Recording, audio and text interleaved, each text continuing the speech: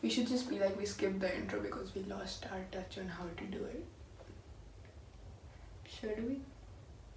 Can you think of an intro right now? I mean, hey guys! We're skipping the intro.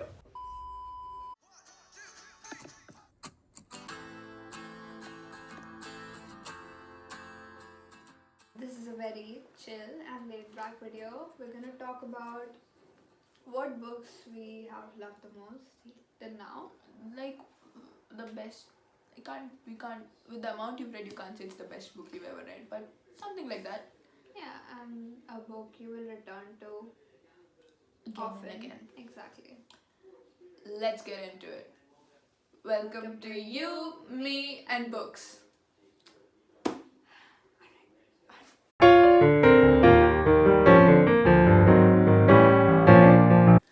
You go first. So the book for me is Radio Silence by Alice Oseman, also known as a very famous author of the series Heartstopper. Everybody knows about that. So this book is about Frances, who is pretty much a study machine with one goal. Nothing will stand in her way, not friends, not a guilty secret, not even the person she is on the inside.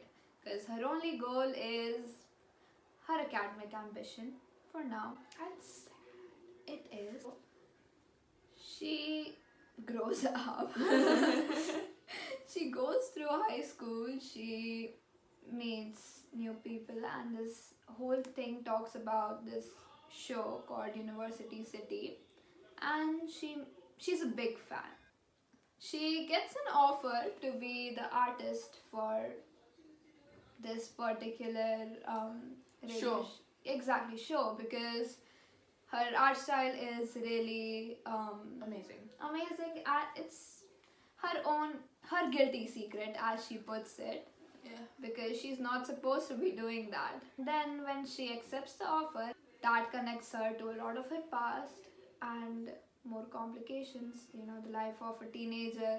This person grows, and you can see that when you see the past flashbacks, and when you go towards the end of the book, you can see how much she has grown, and that just feels very satisfying.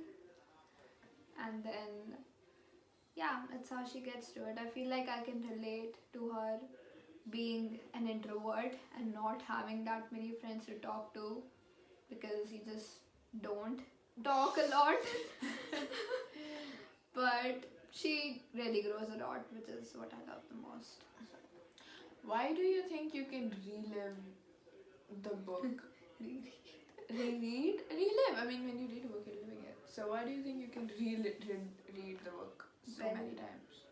Exactly how you put it in the question. I can relive the experiences, because just it's not a book that you just read, you can actually feel it. You can feel it pretty well, and I feel like the author has done a very good job. Not a lot of authors can do that. Exactly, and the story stays with you. The how you felt it while reading it. It all just And you like that feeling? I do. And whenever I feel like I want something to go back to, this book is one of them. Well, for me, I think the book would be With Malice by Aline Cook. It's a murder mystery. It's a psychological thriller about a girl named Jill. She wakes up in the hospital and her leg's in a cast. And she's been told that she murdered someone. And the past 6 months of her life is a blank. So, how can you be sure you didn't do it if you don't know what happened? It's basically about that. The reason I love it is not because it's a murder mystery. Believe me, I love murder mysteries. Mostly because of the type of murder mystery that it is. Not a lot of murder mysteries follow the path where the convicted murderer herself doesn't know what happened or the protagonist doesn't remember the murder scene. Mm-hmm. So the fact that you discover things just as she does as well just makes it much more interesting. And there's literally nothing in the book that doesn't get you hooked onto it. Everything is just different. So, what's the one element that hooked you onto the book and made it so special? I think it's the unpredictability, because in every murder mystery book, even though the main suspense you can't predict, there are some aspects to it that you already know. In this, you're completely in the dark. You don't know anything. It's one of those rare murder mysteries where the end leaves you with a satisfying feeling. That doesn't happen in a lot of murder mysteries, and I feel like the story is just perfectly shaped, and it's a very wholesome murder mystery. I don't know. Not in that way. Not wholesome in the sense that the murder makes you feel good. Well, if you're a murder mystery lover, then it does. But wholesome in the sense that some murder mysteries have good suspense, some murder mysteries have great characters. This overall, all aspects are like equally awesome. Oh, so wholesome in that sense.